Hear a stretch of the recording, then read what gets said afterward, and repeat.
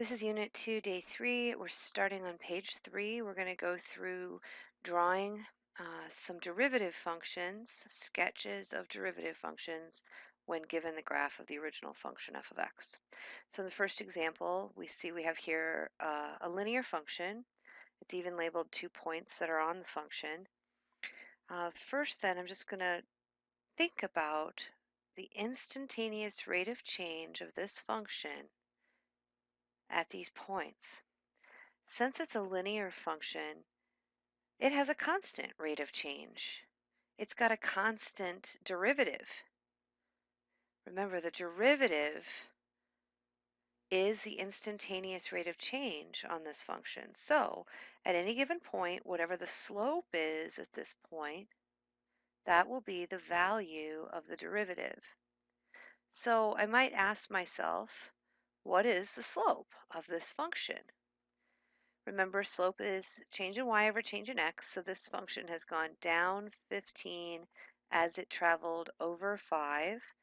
So the slope is negative 15 over 5, which is negative 3. So at any instant on this function, the derivative at that instant will be negative 3. In particular, for example, when x is 0, f prime of x will be negative 3. F prime of 0 will equal negative 3. The point 0, negative 3 will be on the graph of the derivative. If I travel to a different x value, for example 5, when x is 5, the derivative, the instantaneous rate of change, is also negative 3. So at x is 5, the derivative has a value of negative 3. F prime of 5 is negative 3. The point 5, negative 3 is on the graph. So if I go over to 5, the point 5, negative 3 is also on the graph of the derivative. And this continues. At x equals 3, the derivative is negative 3. At x equals 10, the derivative is negative 3. At negative x values, the derivative is negative 3. Over and over and over, we get a constant derivative value of negative 3. So the graph of the derivative function is a horizontal straight line. It actually equals f prime of x equals negative 3. It's a constant function. All right, in example 2, this time it looks like we've been given a quadratic function. It could actually be a different type of function, but it might be quadratic. It certainly looks like a parabola. They've labeled 2 points on this parabola, and I want to sketch a graph of f of x. In general, when you're going through the procedure here of sketching f prime, it's always a good idea to first plot critical points. I always start with that. Remember, places where the derivative is 0 and places where the derivative is undefined. I'm going to start with that. So on this function, I ask myself, where on f of x is the derivative equal to 0? Looks like over here on the left side, the derivative will be negative because the function's decreasing. And over here on the right side, it looks like the derivative is going to be positive because the function f is increasing. It is right here. If I were to draw a tangent line at the vertex, this tangent line would be horizontal, so it will have slope 0 right at that instant when x is 6. When x is 6, the derivative f prime of 6 will equal 0. In other words, if you plug in 6, you'll get out 0 on the derivative function. So x equals 6 will be right on the x-axis, 6, 0. That will be a point on the derivative function. Next, I go through and I think about increasing, decreasing, and concavity intervals. What I mean by that is I'm going to kind of segment it up into the different intervals of behavior. So over here on the left side of the vertex, I see one interval of behavior. The function is decreasing concave up. And because f is decreasing concave up, we can say f prime is negative and increasing. F is decreasing tells us its derivative is negative, right? If the function's going down, that means its slope is negative. And when a function is concave up, that means the derivative is going up. So what exactly does that actually mean? It means when I come down here and sketch the derivative, it's negative, meaning it's below the x-axis. It has negative y values, but it's going up. So it's starting low and going up. So starting low, going up as we travel left to right, it is increasing. You can also match that up with the actual slopes. If you look at the function f of x over here, it's got a very negative slope. So maybe again, like slope -10. And then the slopes become less negative, so like slope -5. And by the time you get over here, it's all the way up to slope 0.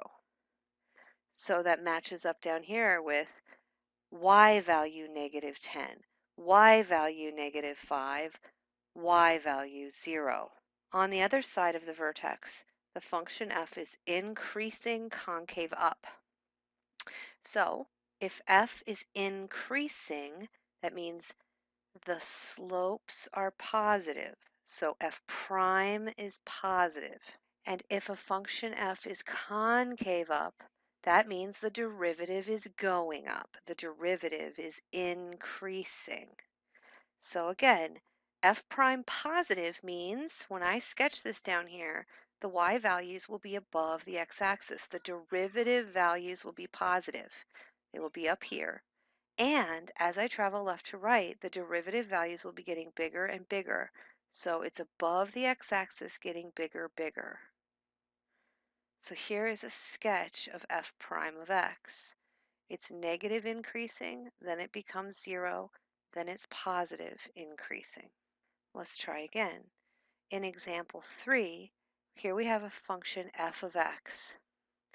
Again, I said to first identify if there are any critical points. Now you might observe here, it doesn't look like this function f is ever exactly flat. It looks like it's getting closer and closer to being flat over here on the right tail. So I would observe, even though there's no critical points, it looks like the f prime of x will be getting closer and closer to being 0. Again, the function f is getting closer and closer to having a slope of 0, so f prime's values will be getting closer and closer to 0. All right, the next thing I'm going to notice is that this function is only defined for positive x's. The domain is x greater than 0. So that means we can only really think about the derivative on those same x values. The derivative is the slopes of f of x. So you can't talk about the slopes of f of x for places where f of x doesn't exist. So my f prime of x function will only exist for x greater than 0. Next, I'm going to notice the behavior over here. As the function approaches the y-axis, the function is diverging down to -infinity as x gets closer and closer to 0. Now what about the slopes here? It looks like the slopes over here are positive, right? Because as you travel left to right, this thing is increasing, and they're very high. If you get closer and closer to the y-axis, we see that the slopes are getting steeper and steeper. So on my derivative graph, as I get closer and closer to the y-axis, the derivative values would be getting closer and closer to infinity. And as I get further and further away from the y-axis, the derivative values would be getting smaller and smaller because the function f is getting less and less steep. Again, on the right tail, the slopes are getting closer to 0. So over here on the right tail of the derivative, it's approaching 0. And over here on the left side of our function, as we approach the y-axis, they're getting steeper and steeper. So our function f prime of x would look like this. It's trapped in the first quadrant, getting closer and closer to the x-axis on the right tail, and shooting up to infinity, getting closer and closer to the y-axis as x approaches 0. Again, here we have a function f of x looks like a third-degree polynomial. Again, I'm going to walk through, first of all, finding critical points. It looks like there's a critical point at x equals 50, where the derivative is 0 for an instant, and a second critical point at x equals 150, where the derivative is 0 for an instant. So I'm going to come down here and I'm going to plot those two derivative values on my derivative graph. The derivative is 0 at 50, so on the derivative graph, 50, 0 is a point. At x is 150, the derivative is also 0. Next, I look at intervals of behavior. From negative infinity up to 50, f is increasing and f is concave down. So what does that tell me about f prime? That tells me f prime is positive because f is increasing. And when f is concave down, it tells me f prime is going down. It's decreasing.